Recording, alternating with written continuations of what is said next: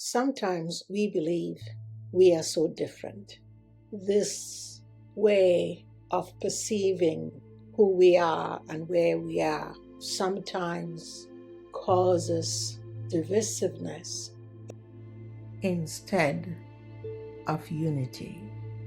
When we say someone is different, or we gauge people as superior or inferior, are we simply reacting from the place of mind? What if instead of focusing on either side of polarity, our focus is on the cycle of consciousness we find ourselves in? A cycle of fear or a cycle of love. And we learn to recognize when we are in a higher cycle of consciousness led by love, or when we are in a lower cycle of consciousness driven by fear. Here is a reflection with a series of questions. Can I truly experience beginnings if I haven't encountered endings? Can I recognize that I am on higher ground if I've never climbed out of an abyss? Can I perceive light if I do not step away from darkness? Can I understand growth without having faced stagnation? Can I value abundance without having known poverty and lack? Can I cultivate resilience without embracing the full range of life experiences? Can I discover my strength if I'm unaware of my limiting beliefs and perceived weaknesses? Can I resurrect in light if I do not surrender to the opportunities for rebirth? Can I know grace if I do not experience humility? Can I appreciate warmth if I have never encountered the frigid chill of icy elements? Can I truly enjoy spring and summer without having gone through the fall and winter? How can I discern truth if I'm unaware of the limits of falsehoods? How can I know I am rising if I have not experienced a fall? Can there be a sunset without a sunrise? Can I manifest new realities if I do not relinquish existing illusions?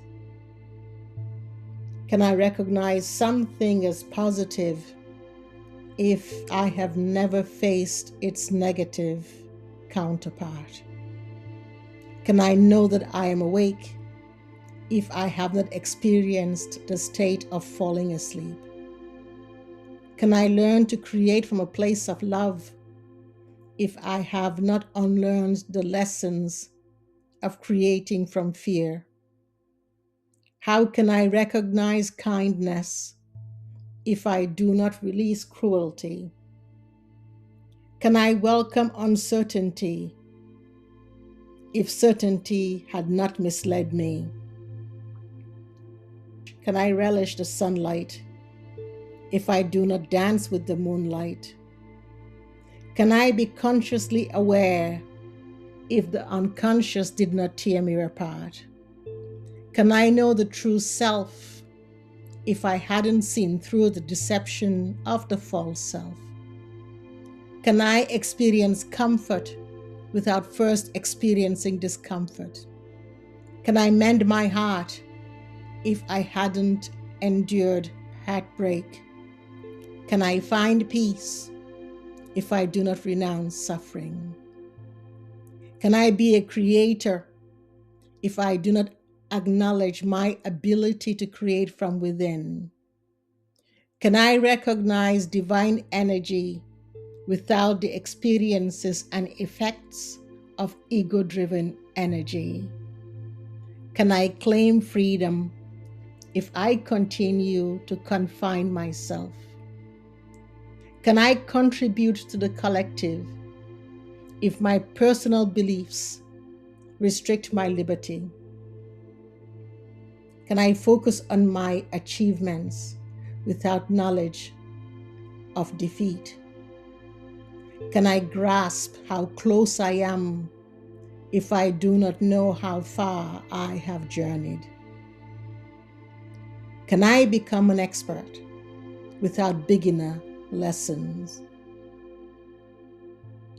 Can I learn to detach myself from all that is not love if I do not release my attachment to fear?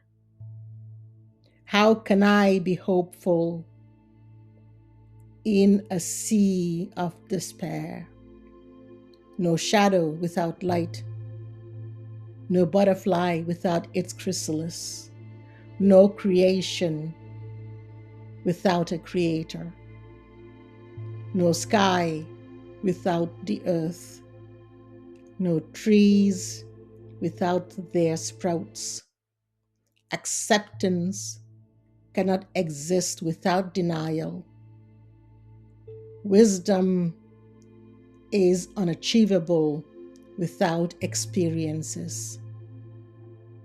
Treasure cannot be found if it was not lost.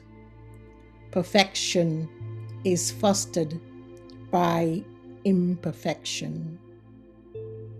There are no winners without losers, no leaders without followers, no teachers without students.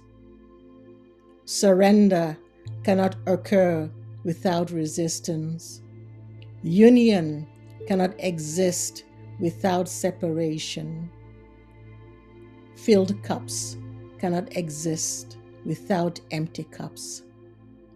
Receiving is impossible without the act of giving. There can be no above without a below. Everything and nothing coexist. Who judges and balances the scales of polarity? Where we find ourselves is precisely where we are meant to be. We cannot experience one without the other.